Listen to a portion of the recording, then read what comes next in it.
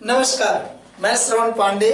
आज आपका एक बार फिर से आपके अपने YouTube चैनल टीसीएस पाठशाला पर आपका भव्य स्वागत करता हूं, अभिनंदन करता हूं, है ना।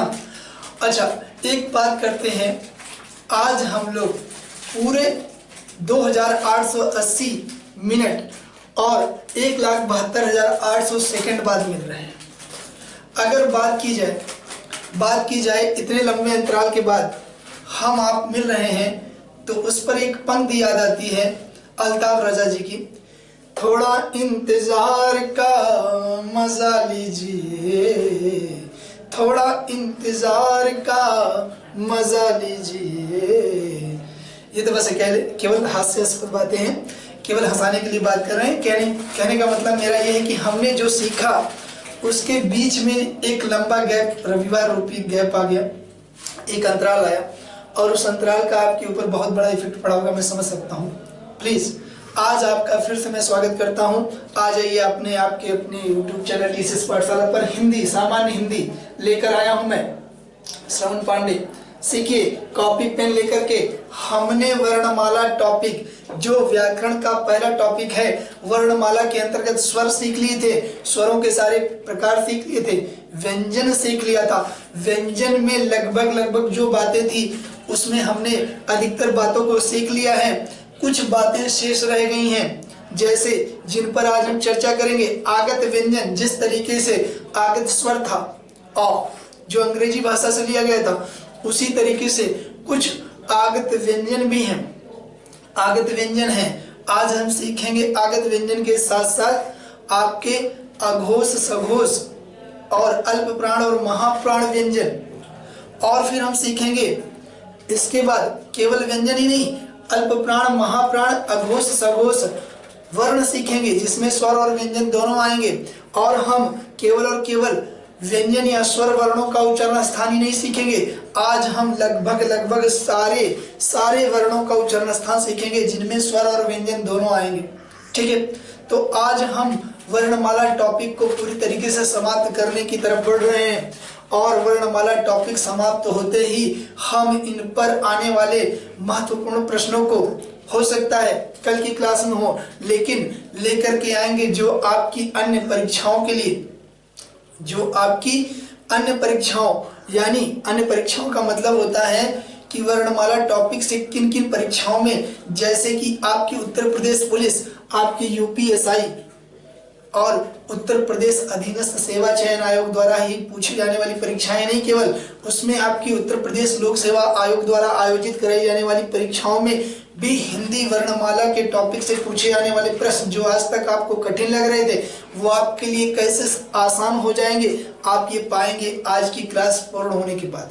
प्लीज कॉपी और पेन लेकर के हमारे साथ जुड़ जाइए। प्लीज कॉपी पेन जरूर लीजिएगा और लिखते चलिए, और लिखने से अधिक मैं बल दूंगा कि हमारी बातों को गौर से सुनिए। दुनिया का हर टीचर अच्छा होता है, दुनिया का हर विद्यार्थी अच्छा होता है, बस केवल विद्यार्थी को यही चाहिए कि टीचर की बात को, अध्यापक की बात को, सर की बात को बिना किसी बॉडी की एक्टिविटी किए ध्यान से सुनना है। आपको सारी बातें समझ में आएंगी। ठीक भैया, प्लीज आ जाइए, जुड़ जाइए, कॉपी पेन लेकर के आते हैं अपने टॉपिक पर। आगत व्यंजन, क्या टॉपिक है हमारा? आगत व्यंजन। आगत व्यंजन, आगत व्यंजन शेष रह गया था। आप कहोगे ये आगत व्यंजन क्या होता है? हमने बताया था आगत स्वर के समय में सु आगत, सुधन आगत। आगत का मतलब होता है आने वाला, आने वाला, यानी जो बाहर से आया है, जो विदेशी भाषा से लिया गया, बाहर से अर्थात विदेशी भाषा से लिए गए व्यंजनों को ही क्या कहा जाता है? आगत व्यंजन कहा जाता है। आगत व्यंजन कहा जाता है मेरे भाई। तो लिख लीजिए ये कौन कौन से हैं। तो पहले इसके बारे में लिख लीजिए, जो व्यंजन, जो व्यंजन विदेशी भाषा से लिए गए हैं। व्यंजन लगाने के बाद यहाँ वर्ण जरूर लिख दीजिएगा भैया। जो व्यंजन वर्ण विदेशी भाषा से लिए गए हैं, जो व्यंजन वर्ण विदेशी भाषा से लिए गए हैं उन्हीं को क्या कहा जाता है, आपका आगत व्यंजन कहा जाता है। तो आप कहोगे सर ये हैं कौन कौन से, जरा इनसे भी तो परिचित करा दीजिए, तो आप कहोगे सबसे पहले इसमें छोटा अ है, छोटा आ का ख ग ज फ। कौन कौन से हैं, ये 6 आगत व्यंजन हैं।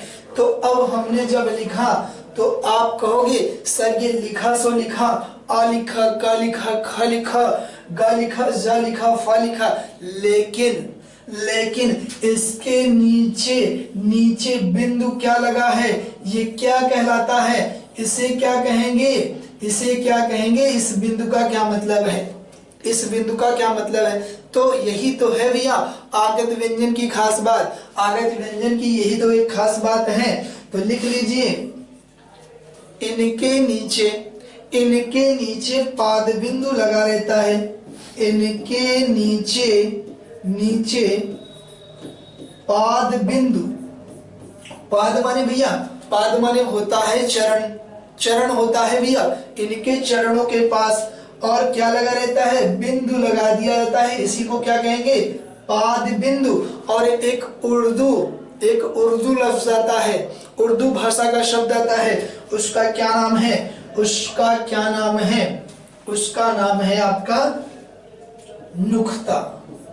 इसी को क्या कहते हैं, नुक्ता कहा जाता है मेरे भाई, नुक्ता कहा जाता है, नुक्ता। ठीक है, तो पाद बिंदु अथवा नुक्ता लगा रहता है।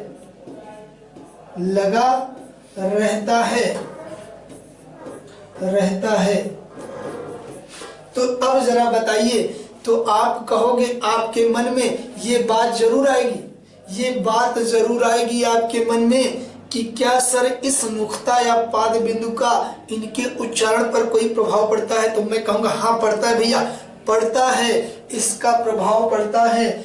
जब ये पाद बिंदु लग जाता है या नुक्ता लग जाता है जिस वर्ण के नीचे, इसमें इसके उच्चारण के समय अधिक वजन दिया जाता है, अधिक जोर दिया जाता है। जैसे गजल और गजल, समझ रहे हैं, गजल क्या बात करेंगे, गजल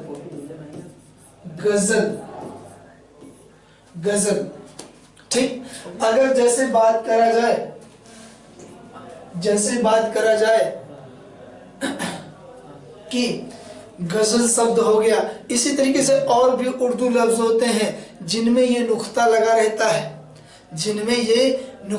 रहता है, और इसके प्रयोग से, इस नुक्ता के लिखे जाने से आगत व्यंजन के उच्चारण में अधिक वजन दे करके बोला जाता है,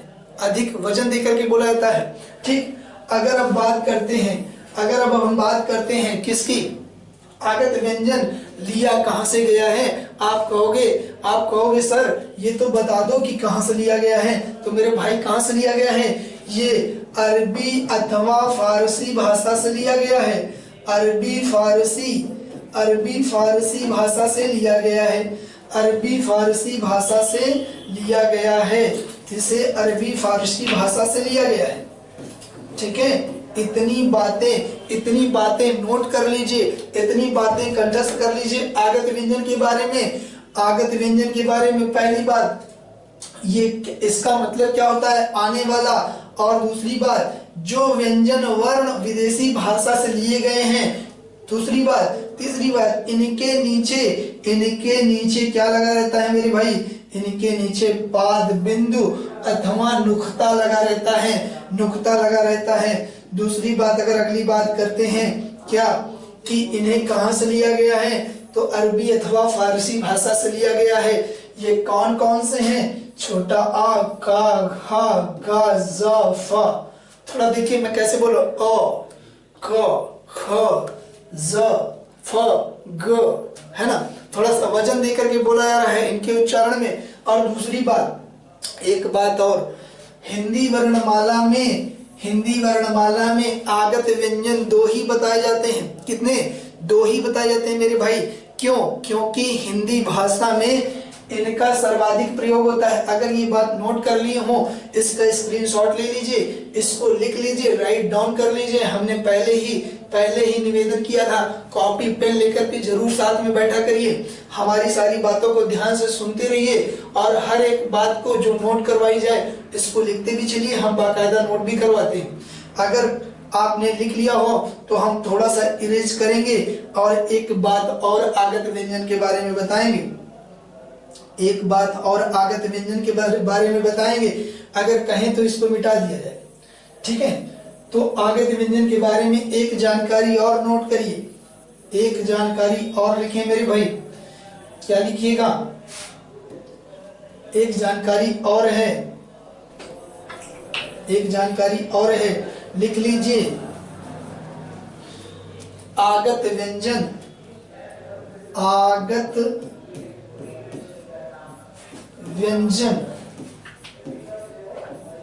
आगत व्यंजन में से हिंदी भाषा में आगत व्यंजनों में से, व्यंजनों होना चाहिए भैया, क्या होना चाहिए? आगत व्यंजनों में से हिंदी भाषा में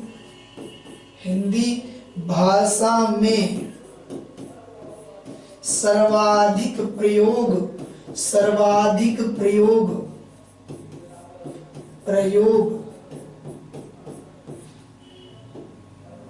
जा और फा का मिलता है, जा और फा का मिलता है, जा और फा का मिलता है, और फा का मिलता है, मिलता है। इस कारण आगत व्यंजनों की संख्या, आगत व्यंजनों की संख्या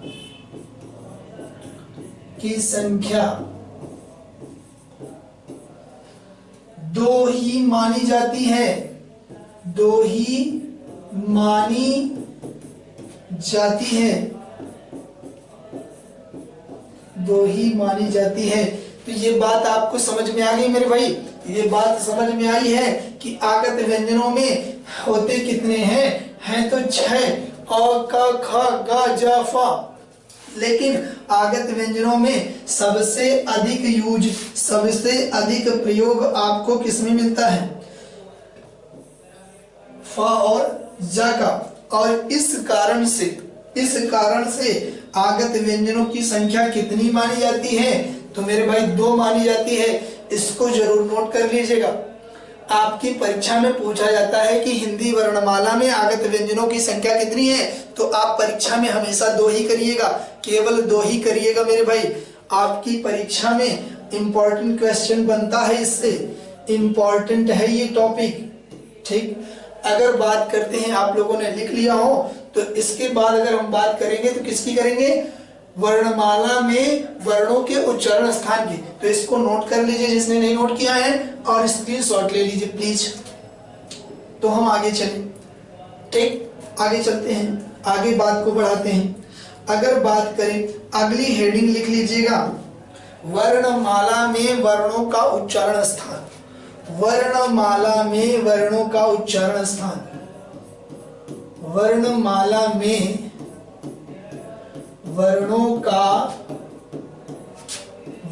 का उच्चारण स्थान, ठीक, वर्णों का उच्चारण स्थान, ठीक।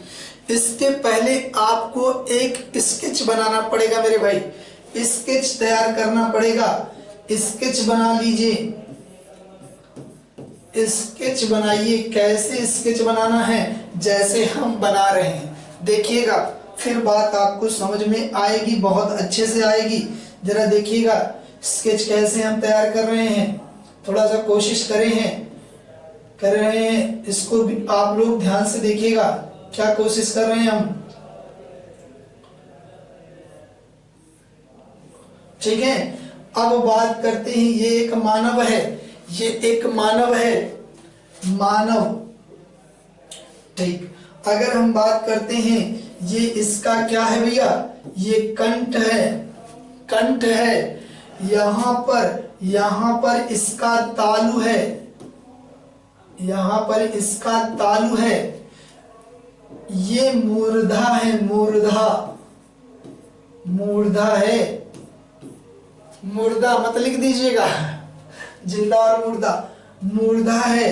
यहाँ पर कहीं इसके दांत होंगे तो इसको कहा जाएगा दंत, इसको क्या कहा जाएगा, दंत कहा जाएगा। ठीक, और अगर बात करें सबसे बाहर, इसके क्या हैं, ओष्ठ हैं, ओष्ठ हैं मेरे भाई। इसको प्लीज बना लीजिए, अपनी कॉपी पर बना लीजिए, फिर आगे की बात बताते हैं। इसको बना लीजिए कॉपी पे,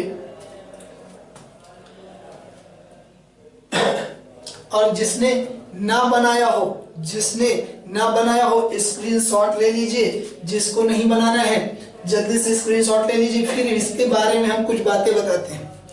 और अपने ऊपर ही इमेजिन करिएगा, आपके मुख के भीतर सबसे अंदर का भाग क्या है, आपके मुख के भीतर सबसे अंदर का भाग है आपका कंठ। फिर मुख से बाहर निकलने लगिएगा तो हम पाएंगे तालु आता है हमारा, कंठ के बाद हमारा तालु आता है, और तालु के बाद बाहर निकलने लगेंगे। उसी क्रम में तालु के नीचे और दांतों के ऊपर एक सीढ़ीदार खेतों जैसी आकृति है। जीभ से टच करिए जरा, जैसे लगता है जैसे उत्तराखंड के सीढ़ीदार खेत हो। वो जो खुरदरा स्थान है ना, वो जो खुरदुरी सी जगह है, यही आपका क्या है, यही आपका मूर्धा कहलाती है आपकी। ठीक, अगर बात करते हैं उसके नीचे हमारे आते हैं दांत, दंत। फिर बात करते हैं बाहर निकलेंगे तो आपका आएगा क्या, ओष्ठ आएंगे। और ये क्रम आपको क्यों याद रखना है, अभी आपको समझ में आ जाएंगी चीजें। ठीक, अभी आप देखिएगा, इसको आपने स्केच बना लिया है। अभी आप पाइएगा कि इसका प्रयोग हमने क्यों बताया, इसको याद करना क्यों सिखाया, इस क्रम को क्यों बताया है। अभी आप पाइएगा कि हाँ, ये क्रम हमारे याद करने में मदद कर रहा है वर्णमाला के उच्चारण स्थान को। तो देखिए, सबसे पहले हम बात कर लें, अगर हम बात करते हैं कि यहां पर हम लिखेंगे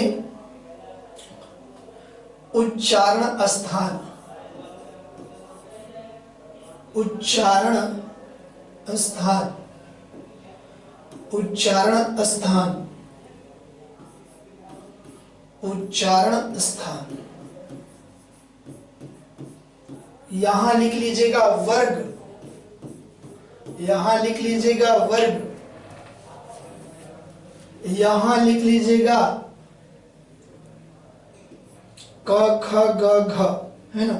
तो कैसे लिखिएगा, ऐसे यहां लिखिएगा क ख ग घ अंग। यहां लिखिएगा च छ ज झ इया, ट ठ ड ढ अण, त थ द ध न, प फ ब भ म। ऐसे आप एक ग्राफ बना लीजिए अपनी कॉपी पे, लिख लीजिए ऊपर हेडिंग वर्ग, यहाँ लिखिएगा उच्चारण स्थान, और यहाँ लिखिएगा क ख ग घ अंगा, च छ ज झ इया, ट ठ ड ढ अणा, त थ द ध न, प फ ब भ म। यानी का से लेकर के मा तक के उन 25 स्पर्शी या वर्गीय व्यंजनों को नोट कर लेना है, फिर आपको बातें समझ में आएंगी। याद करिए, अभी अभी हमने तुरंत पहले एक स्केच के माध्यम से हमने बताया हमारे मुख के भीतर सबसे अंदर जो उच्चारण स्थान वाला भाग होता है वो होता है कंठ। तो आप ये जान जाइए इस चीज से कि उच्चारण स्थान के हिसाब से देखा जाए तो सबसे पहला, अगर हम उच्चारण स्थान देखते हैं तो सबसे पहला स्थान क्या होना चाहिए आपका, यानी क ख ग ख अंगा का उच्चारण स्थान क्या होना चाहिए, कंठ होना चाहिए। मुख से बाहर निकलने के क्रम को उसी हिसाब से हमने याद करवाया था, तो कंठ होगा। इस स्थान को क्या कहा जाएगा, कंठ। और कंठ से उच्चारित होने वाले सभी वर्णों के बारे में उस वर्ग का नाम दिया जाएगा कंठ्य। क्या नाम दिया जाएगा, कंठ्य। किस वर्ग के वर्ण है ये, कंठ वर्ग के वर्ण है। अगर बात की जाए च छ ज झ इया, हमने दूसरा स्थान बताया था मुख से बाहर निकलने के क्रम में, याद करिए जरा, कंठ के बाद आता है तालु। तो तालु छ छ ज झ इया का उच्चारण स्थान क्या है, तालु है। कोई पूछे तो क्या बताइएगा भैया, तालु। क्या लिखिएगा, तालु। और इस तालु का ये जो वर्ग है, इसका वर्ग का क्या नाम है, इसके वर्ग का क्या नाम है, तो जरा देखिएगा। पहला तो लिख लीजिए, ये तालु है। क्या है, तालु। तालु तालु। अगर बात करें इसका वर्ग क्या पड़ेगा, तालव्य पड़ेगा। तालु से उच्चारित होने वाले वर्णों को किस वर्ग में रखा जाएगा, तालव्य वर्ग में रखा जाएगा मेरे भाई। ट ठ ड ढ आना की बात करते हैं तो तालु के बाद मैंने बताया था दांतों के ऊपर एक खुरदरा सा स्थान होता है, उसी को कहते हैं मूर्धा। तो उस क्रम को याद कर लीजिए, ट ठ ड ढ आना का उच्चारण स्थान होता है मूर्धा। क्या होता है, मूर्धा होता है, मूर्धा। अगर बात करें त थ द ध न, रुक जाइए, मूर्धा के बाद अगर बात करते हैं, मूर्धा से उच्चारित होने वाले वर्णों को किस वर्ग में रखा जाएगा, तो सारे वर्णों को मूर्धन्य वर्ग में रखा जाएगा। मूर्धन्य वर्ग में रखा जाएगा, मूर्धन्य।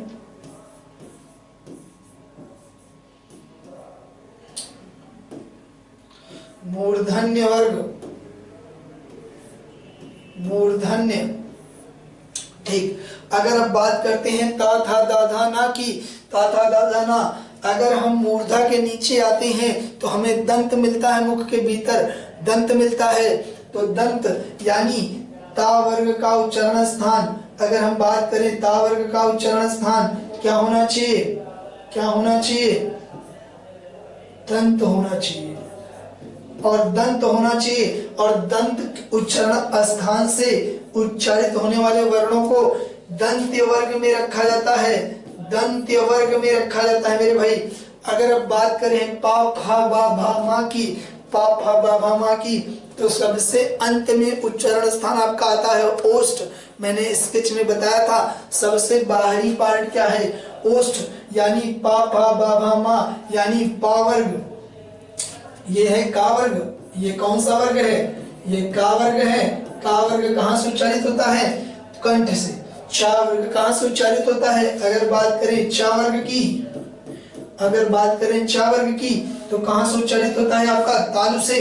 अगर बात करें टा वर्ग की, टा वर्ग की बात करते हैं तो उच्चारण स्थान क्या है इसका, आपका मूर्धा है। अगर बात करें ता वर्ग की, ता वर्ग की, तो उच्चारण स्थान आपका क्या है, दंत। और पावर्ग क्या होना चाहिए, ओष्ठ होना चाहिए। ये क्या होना चाहिए, पावर्ग आपका ओष्ठ होगा। तो यहाँ लिख लीजिएगा ओष्ठ, यानी ओष्ठ उच्चारण स्थान से उच्चारित होने वाले वर्णों का वर्ग क्या नाम पड़ेगा, ओष्ठ्य वर्ग पड़ेगा, ओष्ठ्य वर्ग पड़ेगा। ठीक मेरे भाई, इसको नोट कर लीजिए, इसको राइट डाउन कर लीजिए, स्क्रीनशॉट ले लीजिए, फिर हम आगे की कुछ चर्चाएं करते हैं। ठीक, आप लोगों ने नोट कर लिया, फिर हम आगे की बात करते हैं। आगे की बात करते हैं, क्या है आगे की बात, जरा देखिएगा ध्यान से।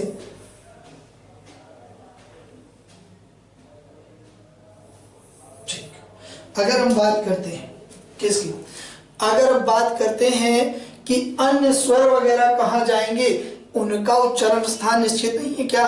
तो बिल्कुल है। जरा ध्यान से देखिएगा, आपको अभी तुरंत याद करवा के यहाँ से भेजेंगे। का से क्या होता है मेरे भाई? का से क्या होता है?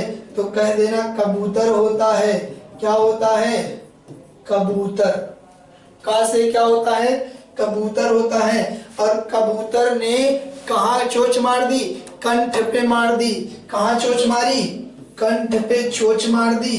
कंठ पे चोंच मार दी तो तकलीफ होगी, तो मुंह से निकलेगा आह। क्या निकलेगा? आह। और आह निकालने के लिए छोटा और बड़ा आ दोनों का प्रयोग किया गया। फिर हा और विसर्ग वाला हा भी इसी के अंतर्गत आ जाएगा। तो आपको पता चला कौन कौन से स्वर इसके अंतर्गत आ जाएंगे, यानी कंठ से उच्चारित होने वाले वर्ण कौन कौन से? आपके क ख ग घ अंगा, इसके साथ साथ छोटा आ, बड़ा आ, हा और हा के दोनों रूप, यानी हा वाला रूप और हा का विसर्ग रूप भी। ठीक। अगर आप बात करते हैं चा की, अगर बात करते हैं चा की, तो चा से क्या होता है? चा से क्या होता है? चम्मच होता है। क्या होता है मेरे भाई? चम्मच होता है। और चम्मच से माँ अपने बच्चों को क्या कर रही है? दूध पिला रही है। माता अपने बच्चों को बड़े प्यार से दूध पिला रही है, और दूध पिला रही है तो चम्मच बच्चे के कहाँ जाके लग जाती है भैया? तालू में लग जाती है। तालू में लग जाती है तो बच्चा चीखता है, बच्चा कहता है ई लग गई। अब इस ई आवाज में दोनों ध्वनियां आ जाएंगी, ई के दोनों रूप आ जाएंगे, छोटी ई और बड़ी ई। तो ई लग गई। माँ ने पूछा बेटा लगी क्या? तो बेटा कहता है यस लग गई, यस। अन्य वर्ण भी, दो स्वर और दो व्यंजन, अन्य व्यंजन है ना, ये भी आपके तालु से ही उच्चारित होते हैं। तो आपको पता चल गया कि तालु से और कौन कौन से व्यंजन वर्ण या स्वर वर्ण उच्चारित होते हैं। तो चा छा जा झा या, छोटी ई बड़ी ई, या और सीटी वाला सा, या और सीटी वाला सा, ये उच्चारित होते हैं। अगर अब बात करें हम टा से क्या होता है? टा से क्या होता है? टा से होता है मेरे भाई टमाटर। क्या होता है? टमाटर होता है, सबको पता है। टा से टमाटर। और टमाटर का क्या प्रयोग है? और टा से एक होता है टी। टमाटर से क्या होता है? टी। और टी माने होता क्या है मेरे भाई? टी माने होता है चाय। टी माने क्या होता है? चाय। और चाय पीते हैं तो अक्सर वो जो जीभ से छुइए, तालू के नीचे और दांतों के ऊपर वाला खुरदुरा स्थान है ना, वहीं छाले निकलते हैं, वहीं गर्म गर्म चाय छू जाती है। तो गर्म गर्म चाय छूने से जो छाले निकल आते हैं मेरे भाई, वही निकलते हैं। और मूर्धा पर क्या निकल आया? छाला निकल आया। छाला निकल आया। तो ऋषि मुनि ज्ञानी होते हैं, स्वभाव से बड़े ही उपकारी होते हैं। उनके पास गया आदमी, व्यक्ति के मुंह में टी पीने से, चाय पीने से छाले निकलते हैं। बाबा लोग अक्सर कहते हैं धूम्रपान, मद्यपान और चाय पान का त्याग कर दो, लेकिन ये सांसारिक मानव छोड़ता ही नहीं, और इसी वजह से बाबा उसको फटकारते हैं। अच्छा, टा से टी जानता है, टा से टमाटर नहीं जानता, टा से टमाटर नहीं जानता। तो जब ऋषि के पास गया आदमी तो बाबा उसको फटकारते हैं टा से टी। ऋषि उसको फटकारते हैं, कहते हैं टा से टी जानता है, टमाटर नहीं जानता। स्वास्थ्य के लिए जो हानिकारक है उसको जानता है, लेकिन जो स्वास्थ्य के लिए लाभदायक है उसको नहीं जानता। चल कोई नहीं, लेकिन तू टमाटर, टा से टमाटर का रस पी ले, रस पी ले, तेरे मुंह के छाले ठीक हो जाएंगे।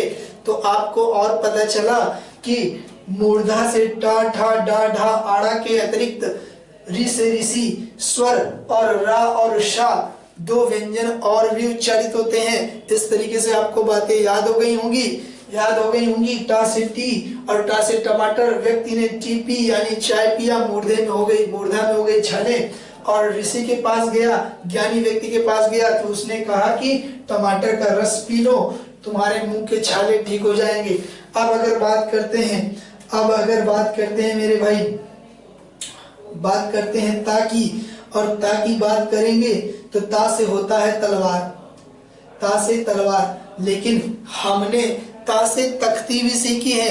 जो प्राथमिक विद्यालय में पढ़ा होगा मेरा भाई, जो प्राथमिक विद्यालय में बचपन में पढ़ा होगा, उनको बातें याद हो गई होंगी, उनको बातें ताजा हो गई होंगी कि ता से क्या होता है, तख्ती होता है।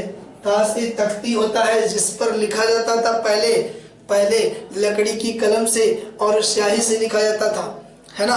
और तख्ती से दो काम होते थे मेरे भाई, पढ़ रहे हैं और लड़ रहे हैं तो लड़ भी रहे हैं, है ना। और तख्ती से मारपीट हो जाती थी, तो दो दोस्तों में क्या हो गया, दो दोस्तों में हो गई मारपीट, और एक ने दूसरे के दंत यानी दांत पे दे मारा। दांत भी टूटा सो टूटा। ऊपर से साउथ इंडियन डायलॉग बोलता है, कहता है ले साले, क्या कहता है, ले साले, कहता है ले साले, ले साले, है ना। यानी ता से तख्ती, और तख्ती को कहाँ पे दे मारा, दांत पे दे मारा। दांत भी टूटा सो टूटा, अलग से डायलॉग बताता है, कहता है कि ले साले। इस तरीके से आपको ये बातें पता चल गई कि ता था दा धा ना के अतिरिक्त ला और सा भी दो व्यंजन, अन्य व्यंजन ला और सा, जिनका उच्चारण दंत से होता है। ठीक, अगर अब बात करें पा की, पा से क्या होता है मेरे भाई, पा से होता क्या है, पा से होता है पतंग। पा से क्या होती है, पतंग होती है, पतंग। और जब पा से पतंग उड़ा रहे हैं और पतंग की डोर कट जाती है तो मुंह से आवाज आती है, ओ कट गई। क्या हो गया, ऊ कट गई। और जब ऊ बोलते हैं तो ऊ के दोनों रूप आ जाएंगे मेरे भाई, छोटा ऊ और बड़ा ऊ। इस तरीके से आपको ये भी पता चल गया कि पा फा बा भा मा के अलावा भी छोटा ऊ और बड़ा ऊ स्वर ओष्ठ से उच्चारित होते हैं। इतनी बातें आपको एकदम कंठस्थ हो गई होंगी, एकदम कंठस्थ हो गई होंगी। आप प्लीज इन बातों को राइट डाउन कर लीजिए, और क्या करिए, स्क्रीनशॉट लेना चाहते हैं तो स्क्रीनशॉट भी ले लीजिए, स्क्रीनशॉट भी ले लीजिए। ठीक, तो फिर हम आगे चलते हैं, इसको मिटा दिया जाए, कुछ चीजें आगे हम चलते हैं, फिर और भी बातें करनी है, अभी मिटा दिया जाए। ठीक, अगर हम बात करें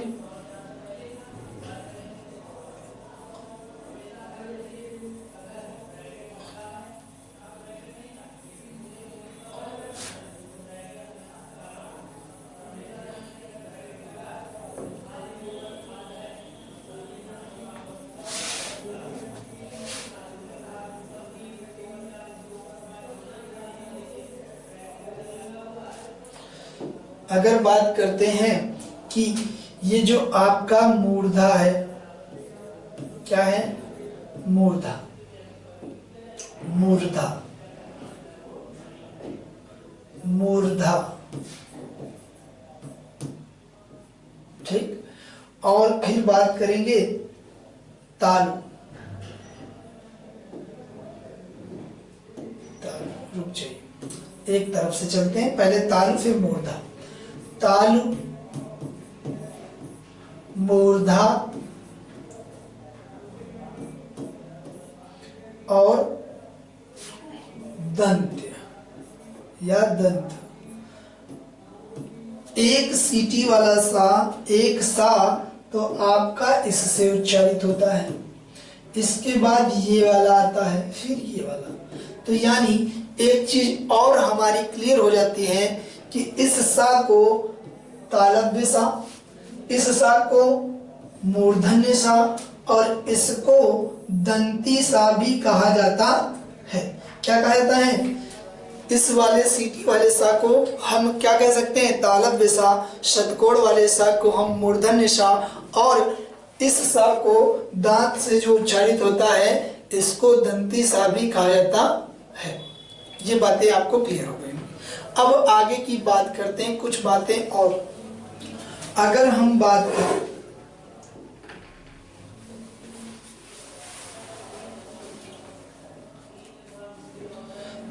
बातें करें कि आपका एक वर्ण होता है कंठोष्ठ वर्ण। क्या होता है? उसका उच्चारण स्थान है क्या? कंठ और ओष्ठ। कंठोष्ठ वर्ण, कंठोष्ठ वर्ण यानी कंठ और ओष्ठ दोनों से उच्चारित होता है, तो उसको कहेंगे उ। उ, छोटा उ और बड़ा उ, छोटा उ बड़ा उ, उ है ना। अगर बात करें ओ औ, ये आपका ये भी कंठोष्ठ वर्ण है। अगर बात करते हैं दंतोष्ठ वर्ण की, किसकी बात करते हैं? दंतोष्ठ वर्ण की। दंतोष्ठ वर्ण, तो दांत और ओष्ठ दोनों से बोला जाने वाले वर्ण कौन कौन से हैं? तो ये होगा आपका वा और फा। जरा बोलिएगा, वा और फा। वा और फा बोलने में आपको ऊपर वाले दांत और नीचे वाले होठों को मिलाना पड़ता है। तो यहाँ लिख लीजिएगा मेरे भाई, लिख लीजिएगा कि ऊपर का दांत, ऊपर के दंत और नीचे के होठ, नीचे के ओष्ठ, ये बातें लिख लीजिएगा। ये आपके दंतोष्ठ वर्ण होते हैं। कौन कौन से होते हैं? दो होते हैं। कौन कौन से? आपके वा और फा। इतनी बातें क्लियर हो गई? अगर इतनी बातें क्लियर हो गई हो तो प्लीज इसको राइट डाउन कर लीजिए और स्क्रीनशॉट भी ले लीजिए। फिर हम आगे बढ़ते हैं, है ना। अब बात करेंगे हम अघोष, सघोष, अल्प प्राण और महाप्राण व्यंजनों की। किसकी? अघोष, सघोष, अल्प प्राण और महाप्राण व्यंजन। और यहीं से हमारा हिंदी वर्णमाला टॉपिक पूरी तरीके से समाप्त हो जाएगा, और हम इसके बाद आगे के एपिसोड में, अगले भाग में हम इनसे संबंधित महत्वपूर्ण प्रश्नों की जो प्रीवियस परीक्षाओं में पूछे गए हैं या आने वाली परीक्षाओं में जिनके आने की अधिकतम संभावना है, उनको हल करते हुए यहाँ पर आगे बढ़ेंगे। फिर हम इसके बाद दूसरे टॉपिक पर चलेंगे, दूसरे चैप्टर पर चलेंगे जिसका नाम संधि है। ठीक, संधि है। तो पहले हम क्या सीखेंगे आज? अघोष, सघोष, अल्प प्राण, महाप्राण। पहले तो हम एक छोटे से ग्राफ के माध्यम से इसको नोट कर लेते हैं, फिर हम आगे विधिवत इसकी चर्चा करेंगे, है क्या क्या, कौन कौन से हैं, है ना। तो लिख लीजिए, सबसे पहले हेडिंग लिखिएगा, अघोष, सघोष, अल्प प्राण, महाप्राण।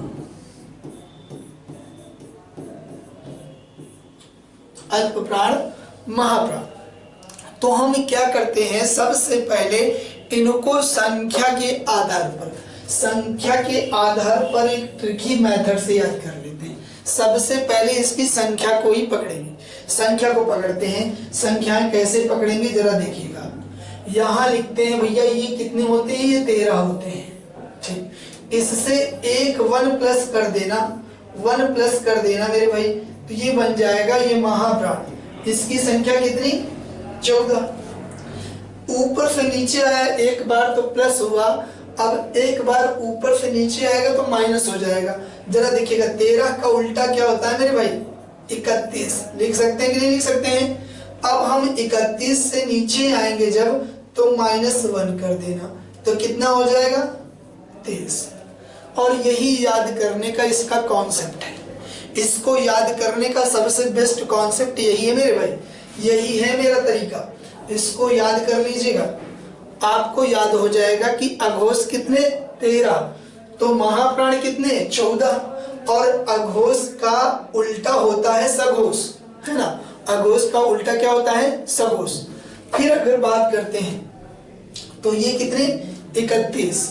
फिर ये हो गया 13 का उल्टा 31, और अगर हम इसी को नीचे ले आएंगे तो ये हो जाएगा 30। ना।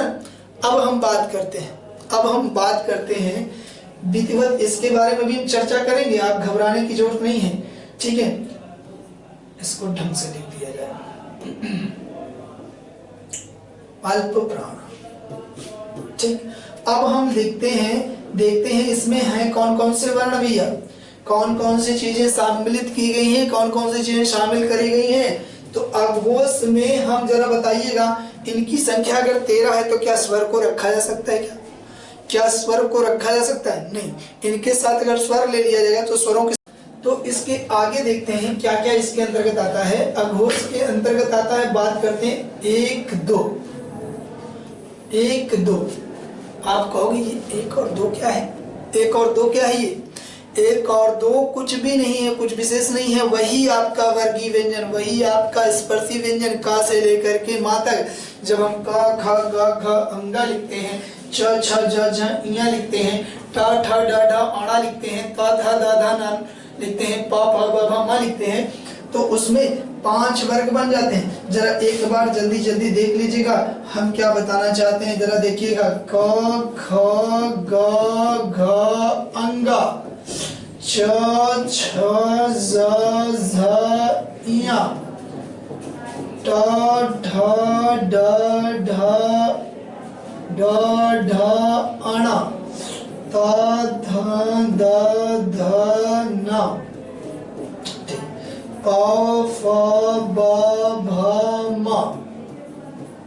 अब जरा देखिएगा इस चीज को, जरा देखिएगा एहतियात से। हमने जो ये लिखा है का से लेकर के माँ तक का वर्गीय व्यंजन या स्पर्शी व्यंजनों को लिखा है, इसमें आप पाएंगे ये पहला, ये दूसरा, ये तीसरा, ये चौथा, ये पांचवा, यानी ये 5 वर्गों में से विभाजित किया गया। तो यहाँ पर जो ये पहला दूसरा है, ये पहला दूसरा और कुछ भी नहीं, यानी प्रत्येक वर्गीय व्यंजन का पहला और दूसरा वर्ण है।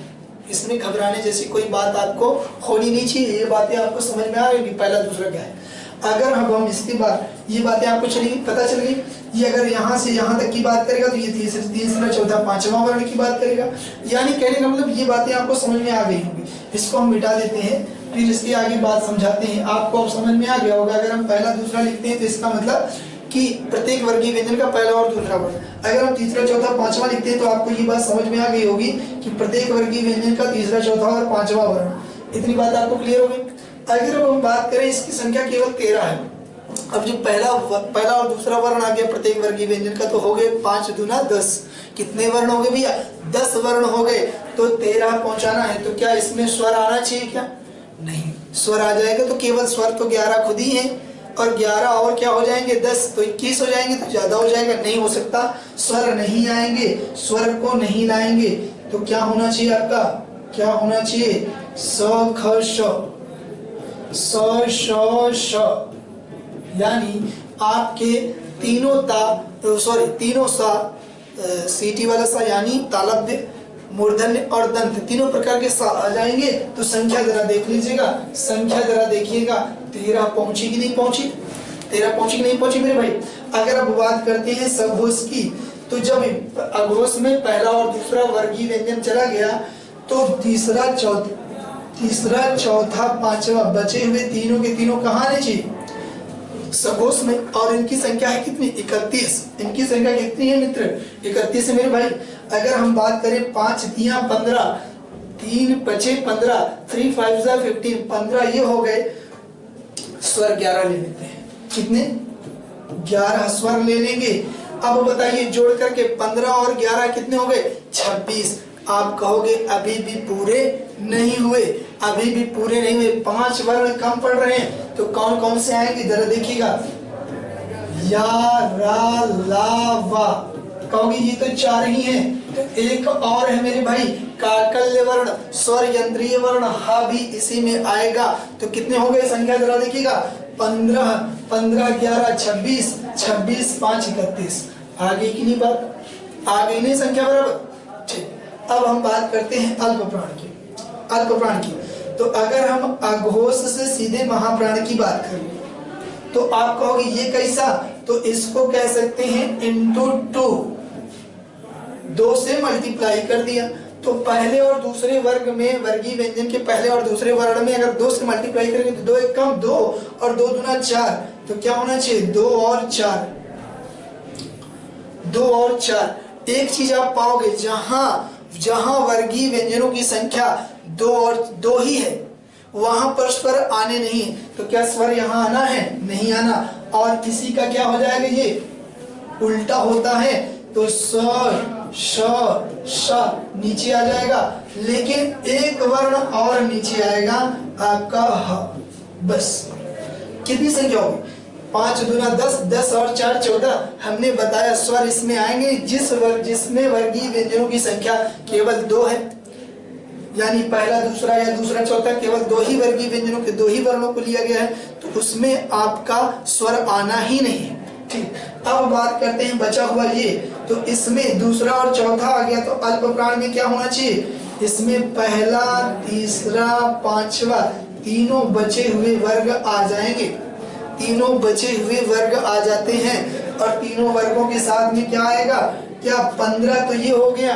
क्या अल्प प्राण की संख्या 30 पहुंच गई? क्या नहीं, अभी स्वर बचे हैं। आप कहोगे स्वर बचे हैं, तो सारे स्वरों को ले लिया गया, सारे स्वरों को ले लिया गया, तो संख्या कितनी हो गई आपकी? 26 हो गई। जब ये इसका उल्टा है, स ख श यहाँ आ गए, तो ये वाला इसका उल्टा है, ये नीचे आ जाएंगे, या रा ला वा। इतनी बात समझ में आ गई होगी मेरे भाई, इतनी बातें क्लियर हो गई होंगी। जरा फिर तो देख लीजिए, अघोष में पहला, दूसरा और शा खा शा, इसका उल्टा महाप्राण, तो 2 से गुना किया, 2 एक कम 2, 2 दूना 4, दूसरा और चौथा वर्ग। फिर इसके बाद अगर बात करते हैं दूसरा और चौथा वर्ग, फिर अगर बात करते हैं प्रत्येक वर्गीय व्यंजन का दूसरा चौथा वर्ण, फिर शा खा शा यहाँ आ जाएगा, केवल एक अंतर आ गया है, हा यहाँ आ गया, नीचे से ही हा आ गया। अगर बात करें तो शेष बचे हुए पहले और दूसरे के बाद शेष बचे हुए तीसरा, चौथा, पांचवा और सारे स्वर, फिर या रा ला वा हा आपके सघोष में आ जाएंगे। और दूसरा और चौथा को छोड़ दिया जाए तो बचे वर्ग पहला, तीसरा, पांचवा और सारे स्वर, और या रा ला वा सारे स्वरों के साथ आ जाएंगे। इस तरीके से इनकी संख्याएं, इतनी बातें आपको क्लियर हो गई होंगी। इस ग्राफ को नोट कर लीजिए, इस चार्ट को नोट कर लीजिए, इस पर हम बाकायदा विधिवत चर्चा करेंगे। ये अघोष वर्ण होते क्या हैं, सघोष वर्ण होते क्या हैं, फिर अगर बात करें अल्प प्राण और महाप्राण वर्ण क्या होते हैं, इन सारे वर्णों का वर्गीकरण कैसे हुआ है, स्वरों का वर्गीकरण कैसे हुआ है, व्यंजनों का वर्गीकरण कैसे हुआ, इसकी विधिवत चर्चा करते हैं। इसको राइट डाउन कर लीजिए और स्क्रीनशॉट ले लीजिए, फिर हम आगे बढ़ते हैं। इसको जल्दी से राइट डाउन कर लीजिए मेरे भाई, जल्दी से नोट कर लीजिए, मिटा दिया जाए। अब अगर हम बात करते हैं वर्णों का वर्गीकरण, इस शीर्षक से इस टॉपिक को शुरुआत करेंगे, इस शीर्षक से इस टॉपिक की शुरुआत करेंगे। लिख लीजिए वर्णों का वर्गीकरण, वर्णों का वर्गीकरण, वर्णों का वर्गीकरण। और इन वर्णों को हम 2 आधार पर वर्गीकृत कर सकते हैं। 2 आधार पर मेरे भाई, कौन कौन सा आधार होगा? पहला आधार होगा स्वर यंत्रियों के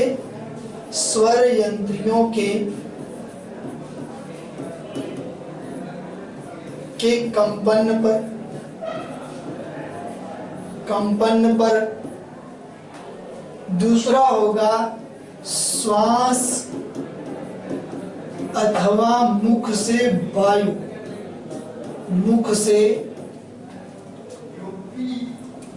बाहर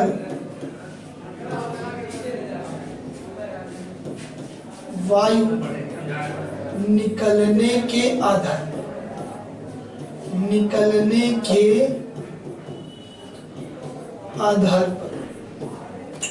पर इन्हें अब आगे स्वर यंत्रियों के कंपन के आधार पर भी 2 में वर्गीकृत कर दिया जाता है, और श्वास अथवा मुख से वायु बाहर निकलने के आधार पर भी 2 में वर्गीकृत कर दिया जाता है। जरा देखिएगा पहला क्या? पहला आपका होता है अघोष वर्ण, और दूसरा क्या होगा? सघोष वर्ण। अब बात करें ये अल्प प्राण वर्ण, अल्प प्राण वर्ण, और ये क्या, ये महाप्राण वर्ण।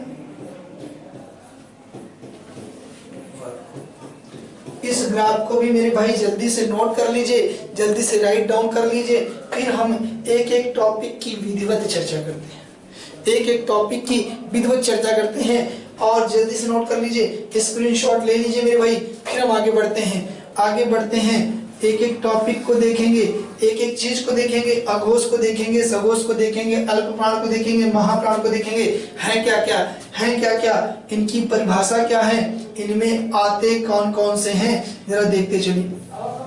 सबसे पहले हम लिखेंगे कौन सा, अघोष वर्ण। लिख लीजिएगा मेरे भाई, क्या क्या है अघोष वर्ण, इसका टॉपिक लिखिएगा अघोष वर्ण।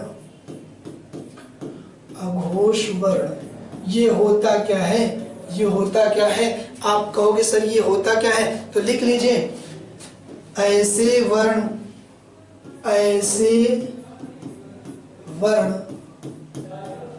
जिनके उच्चारण में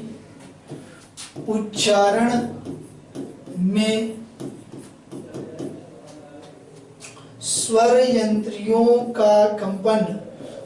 यंत्रियों में कंपन नहीं होता।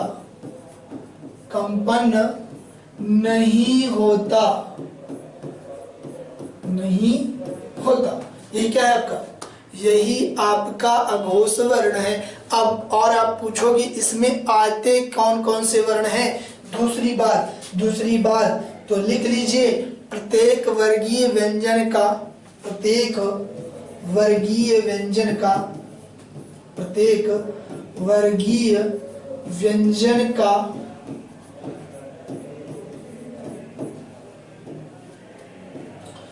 पहला दूसरा वर्ण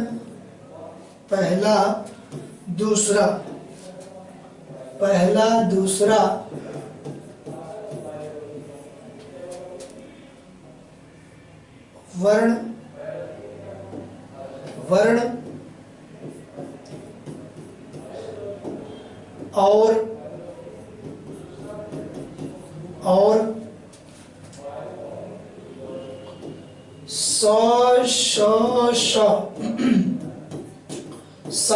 स आते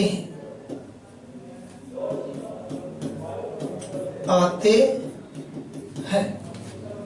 इतनी बात क्लियर हुई, इतनी बात समझ में। ऐसे वर्ण जिनके उच्चारण में स्वर यंत्रियों में कंपन नहीं होता, प्रत्येक वर्गीय व्यंजन का पहला दूसरा वर्ण और स आते हैं, इसी को नोट कर लीजिए। इसी को अभी हमने पिछले ग्राफ में समझाया विधिवत, और ये बात आपको समझ में आ गई होगी। मेरा यही मानना है, ये मानना है मेरा, ये मान के चल रहा हूं मैं कि ये बात आपको समझ में आ गई होगी मेरे भाई।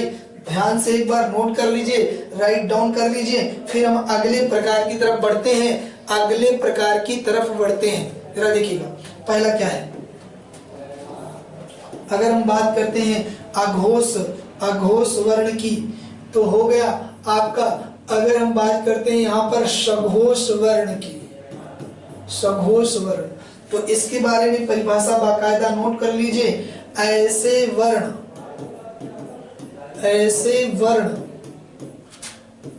जिनके उच्चारण में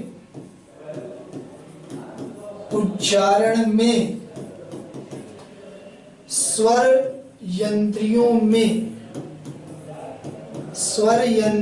में कंपन होता है।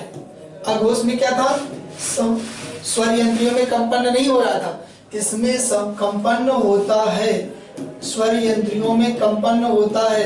तो आप कहोगे हाँ ये बात तो पता चल गई कि स्वर यंत्रियों में कंपन होता है। तो सघोष तो कौन कौन से हैं, कहाँ से लाए जाते हैं, कहाँ से लिए जाएंगे, तो आप लिख लीजिएगा, प्रत्येक वर्गीय व्यंजन का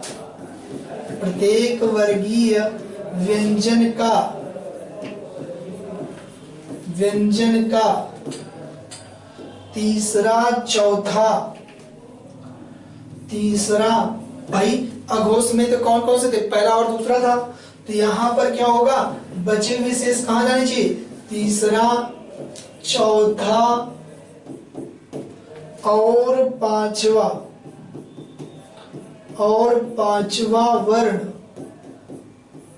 वर्ण और साथ ही साथ क्या होगा, मेरे भाई, सभी स्वर कॉमा या, रा, ला, वा, हा आते हैं।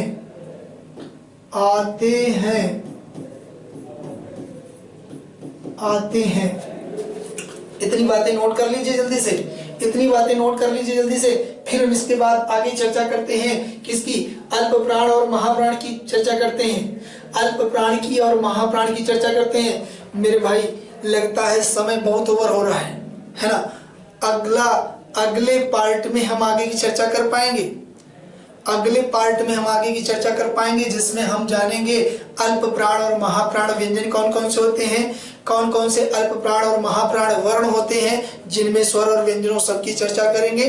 फिर अगर हम बात करते हैं आगे जो आपके इन्हीं टॉपिक्स से रिलेटेड यानी वर्णमाला चैप्टर से संबंधित जो प्रश्न आपके विभिन्न प्रकार की परीक्षाओं में, चाहे वो उत्तर प्रदेश लोक सेवा आयोग द्वारा आयोजित कराई जाने वाली हो, चाहे उत्तर प्रदेश अधीनस्थ सेवा चयन आयोग द्वारा आयोजित कराई जाने वाली हो, या उत्तर प्रदेश के गृह मंत्रालय द्वारा आयोजित कराई जाने वाली हो, अन्य सभी समस्त प्रकार की परीक्षाओं जैसे उत्तर प्रदेश पुलिस, उत्तर प्रदेश SI, लेखपाल, कानूनगो, वीडियो, अन्य समस्त महत्वपूर्ण परीक्षाओं में जो आपके वर्णमाला टॉपिक से प्रश्न पूछे जा चुके हैं या आने वाले निकट भविष्य की परीक्षाओं में पूछे जाने की संभावना है, उन सारे प्रश्नों को हम लेकर आएंगे आपकी वही शाम को 6 बजे से 7 बजे के बीच में। उसी शाम को 6 बजे से 7 बजे के बीच में हम लेकर के आएंगे। आप हमारे साथ जुड़े रहिए और बहुत बहुत धन्यवाद। गुड नाइट, सब्या खाल, सत श्री अकाल।